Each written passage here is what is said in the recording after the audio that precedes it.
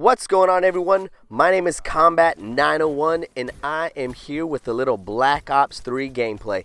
No, I'm not Judgment Awaits, but I am very thankful that he is letting me post to his channel. So thank you, Judgment. Appreciate you. You're a wonderful guy.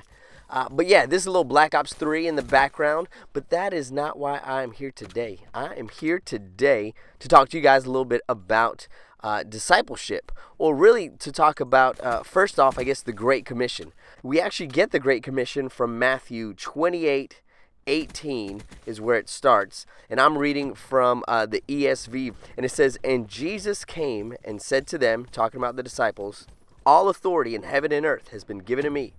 Go therefore and make disciples of all nations, baptizing them in the name of the Father, and of the Son, and of the Holy Spirit, teaching them to observe all that I have commanded, and behold, I am with you always to the end of the age." Now, in this Great Commission that we get from Jesus right here, we actually have a few verbs, a few actions that he's told the disciples to do.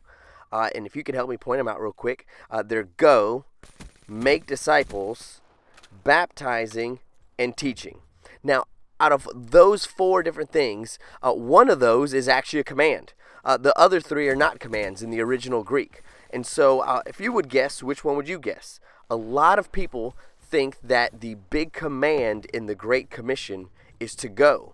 Well, actually, that's kind of incorrect, only because that tense of go that Jesus talks about is really as you're going. So as you're going through life, as you're kind of living this life that God has given you on this earth, that he wants you to make disciples. Make disciples is actually the command. Now, here's where it gets a little bit tricky. Jesus has now told the guys to make disciples. Now, the Greek word that is actually used by Matthew is the word mathetusite, which is where you kind of hear the word mathematics or math. And so we get this concept that Jesus is asking the disciples, or telling the disciples really, to multiply. Well, it sounds extremely similar to what God said to Adam and Eve all the way at the very beginning of the Bible, where he said, "Be fruitful and multiply." God has the same concept, spiritually speaking, right here. So if Jesus is telling us to go make disciples, or ultimately to multiply, that begs a huge question. How in the world do you do that? Well, Jesus actually answers it in the following sentence as he tells them to go make disciples. He says, baptizing them in the name of the Father, the Son, and the Holy Spirit, which first off, baptizing back then was really just a form of them pronouncing that they would be Christians, that they would follow God, that they would consider Jesus as Lord. And so really what he's saying is go out and evangelize, tell people. And then secondly, teaching them to observe all that I have commanded to you. But if you're like me, you're sitting here wondering, yeah, Combat, heard you. Baptize them, teach them. Sure, makes sense. But practically speaking, what in the world does that look like? And how does that actually apply into my life? That's a great question. So one of the things I want to do real quick is tell you a little bit about discipleship, what it is and what it ain't. Now, what it ain't is kind of just sitting around and simply doing Bible study.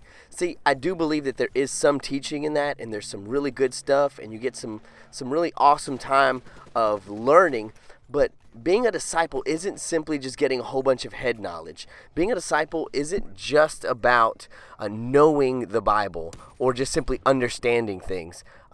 I think that being a disciple, not only of God and really just being a part of the church, is really about relationship. And so for me, in my personal experience, I think discipleship is really doing some of the things that you're supposed to do, like Bible study and prayer and worship together, through the context of a quality relationship. Take a look at Jesus Christ himself. Well, we don't see Jesus just simply saying, "Hey guys, meet me every week at Starbucks and we're going to read the Bible for 30, 45 minutes and then we're going to go home." The way Jesus did discipleship was that these guys were in his life, were a part of his every day as he was going. They were a part of everything. And so these weren't just simply guys that were around once in a while. These were friends. They were deep relationships. And so that's how I kind of see discipleship really playing out in my own personal life. To give a little bit better example, I can tell you about my friend Tyler. Tyler and I don't just simply meet once a week and call it a day.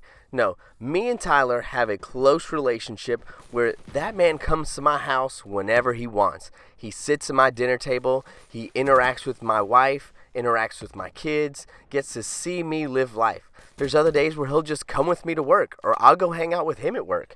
We'll actually be invested in each other's life so that we can truly know one another, know each other's strengths, know each other's weaknesses. We've built a relationship so that when there are moments that I have to say hard things like, hey man, you're not living as Christ would want you to live. He doesn't take it as I'm just being mean or I'm just being real critical of him, but he knows that I love him and that I want him to look and be more like Jesus every single day.